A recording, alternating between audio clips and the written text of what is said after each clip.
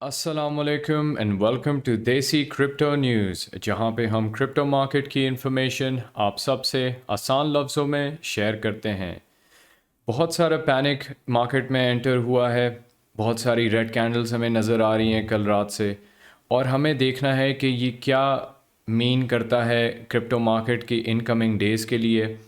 कल जैसे कि सीपीआई डेटा भी रिलीज़ होना है, और आज और कल रात से बहुत अजीब व गरीब वर्ल्ड वाइड न्यूज़ भी चल रही हैं। तो आज हमें इसको देखना है मार्केट के नज़रिए से, और मार्केट में फ्यूचर में ये पैनिक बढ़ सकता है या कम हो सकता है।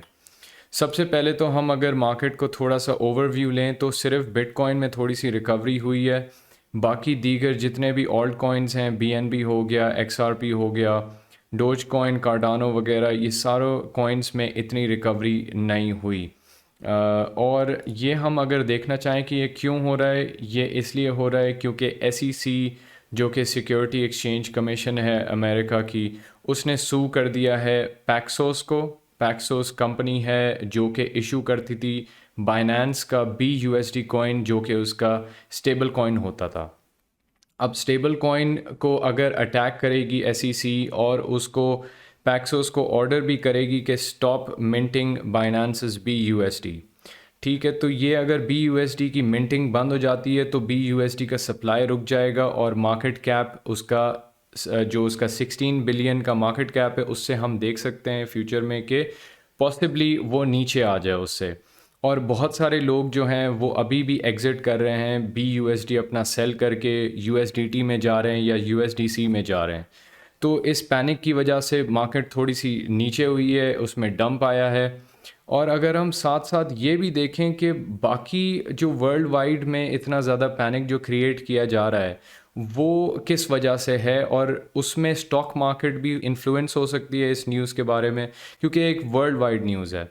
अब ये वर्ल्ड वाइड न्यूज़ जो है, इसमें जो यूएफओ ऑब्जेक्ट्स जो होते हैं, जिनको हम एलियन की स्पेसशिप्स भी कहते हैं, ये अनआइडेंटिफाइड ऑब्जेक्ट्स हैं, और ये डिटेक्ट हुए हैं मल्टीपल लोकेशंस में, जैसे कि मिशिगन एयर स्पेस में जो कि अमेरिका में लोकेशन है, और चाइना में भी जो है ये यूएफओज नज़र आए हैं, जो कि उन्होंने शॉट डाउन और टेक डाउन कर दिए हैं अपने जहाज़ों के ज़रिए। अब ये अचानक से क्यों क्रिएट हो रहा है, ये वर्ल्ड वाइड प्रोपेगेंडा है या ये असल में कोई एलियन अटैक हो रहा है, ये तो अभी हम नहीं कह सकते क्योंकि हमें कुछ नहीं पता। जिस तरह कोविड की तरह अचानक से पूरी दुनिया में लॉकडाउन लगा था, वो कोविड की तरह ये कोई नया इवेंट आ रहा है जो कि फ्यूचर में कोई लॉकडाउन की तरफ पूरी दुनिया जा रही है, या आई एम नॉट श्योर कि किस तरफ ये दुनिया जा रही है और क्या होगा फ्यूचर में। लेकिन ये बहुत ज़्यादा अलार्मिंग सिचुएशन है फ़िलहाल के लिए, और हमें देखना चाहिए और केयरफुली मार्केट को स्टडी करना चाहिए कि हमें अपने फंड्स कहाँ पे रखने चाहिए। Now going back to Binance का BUSD, कुछ लोग ये भी सोच रहे होंगे कि अगर BUSD ख़त्म हो जाता है, अगर BUSD को अटैक करके उसको इलीगल करार कर देती है SEC, तो क्या बाइनेंस को बहुत ज़्यादा लॉस होके और वो FTX की तरह क्रैश होके वो बंद तो नहीं हो जाएगी, और फिर जिनके भी फंड्स बाइनेंस की एक्सचेंज पे होंगे वो लॉक हो सकते हैं। ये सवाल भी उठ रहे हैं लोगों के दिमाग में, और मेरा ये कहना है फ़िलहाल तो ऐसा हम नहीं कह सकते। फ़िलहाल इतने पैनिक वाली बात नहीं है कि पूरी की पूरी बाइनेंस क्लोज़ हो जाए और लोगों के फंड्स जो हैं वो लॉक हो जाएं।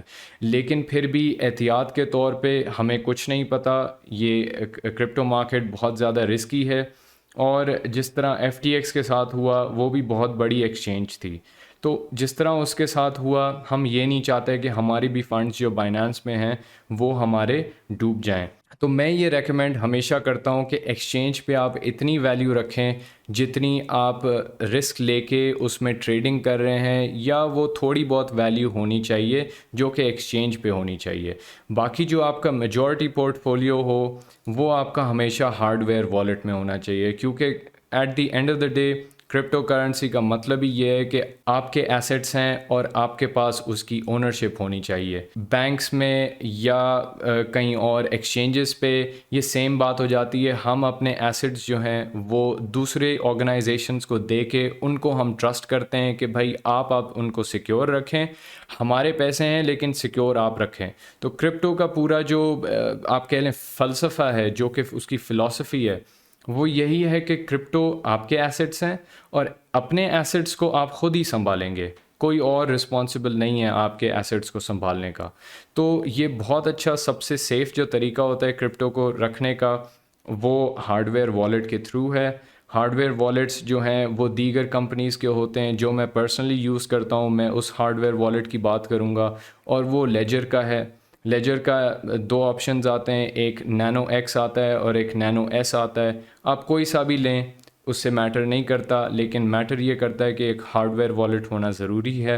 आप वो इनकी वेबसाइट से ही ऑर्डर करें, कोई अमेज़ॉन लिंक या कोई थर्ड पार्टी कंपनी को ट्रस्ट ना करें, सिर्फ़ इनकी वेबसाइट को करें।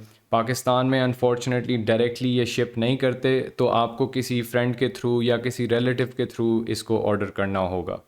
तो मेरा यही मशवरा है और राय है कि एक्सचेंज पे इतने पैसे ना रखें जितने कि वो ऐसा ना हो कि आप उठें सुबह को और एक्सचेंज ख़त्म हुई हो और वो आपके पैसे जो हैं, आपकी सेविंग्स जो हैं, वो लॉस में चली जाएं। तो उम्मीद करता हूँ कि आज की वीडियो आपके लिए हेल्पफुल होगी।